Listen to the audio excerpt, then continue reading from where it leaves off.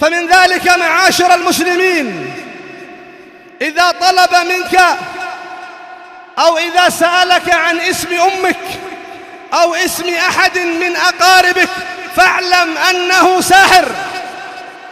إذا طلب منك شيئا من متعلقاتك الشخصية، شيئا من ملابسك، شيئا من شعرك، فاعلم أنه ساحر.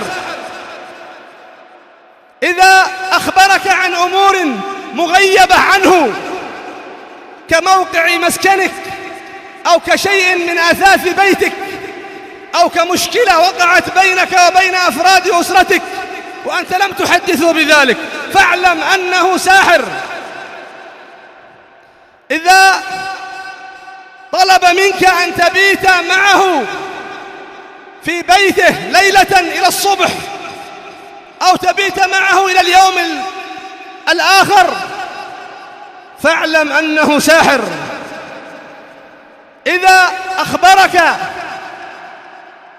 عن مكان السحر أو مكان الشيء المفقود، بعضهم ربما ضاع عليه شيء فيذهب إلى هؤلاء ليدلوه على مكان المفقود، فإذا أخبرك عن مكان المفقود فاعلم أنه ساحر.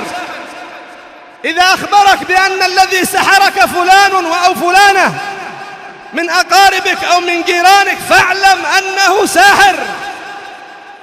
من الذي يخبره؟ يخبره الجن الذين يخدمونه عبر القرين. إذا طلب منك أن تذبح حيوانا معينا،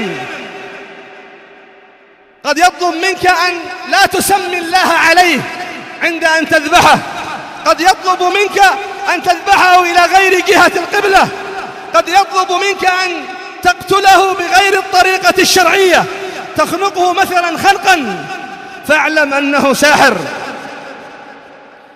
إذا أعطاك شيئا من الأوراق وقال حرقها وتبخر بها فاعلم أنه ساحر. إذا أعطاك شيئا مما يسمى بالحجب أو الحجاب، أوراق فيها كلمات غير مفهومة أو أحرف مقطعة أو مربعات أو رسومات، فاعلم أنه ساحر. ولو وضع في هذه الورقة مع هذه الرسومات والرموز آيات قرآنية، اعلم أنه ساحر. إنما تلك الأحرف والكلمات والرسومات رموز شيطانية والعياذ بالله. إذا قال لك عندي رقية لكن لا تخبر بها أحدا حتى لا تفسد، سأعطيك رقية لكن لا تخبر بها أحدا حتى لا تفسد، فاعلم أنه ساحر. إذا طلب منك أن تغمض عينيك ثم قال أخبرني عما ترى فاعلم أنه ساحر. إذا علمت أنه يستعمل التنويم المغناطيسي سواء استعمله لك أو لغيرك فاعلم أنه ساحر. فقد أفتى كبار العلماء أن التنويم المغناطيسي من السحر المحرم.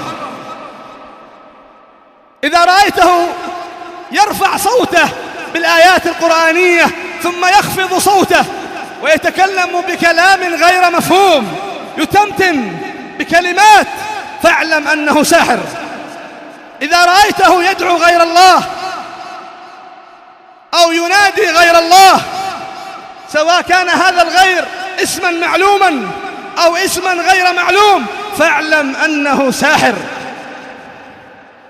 هذه علامات معاشر المسلمين ذكرها العلماء من واقع هؤلاء السحرة.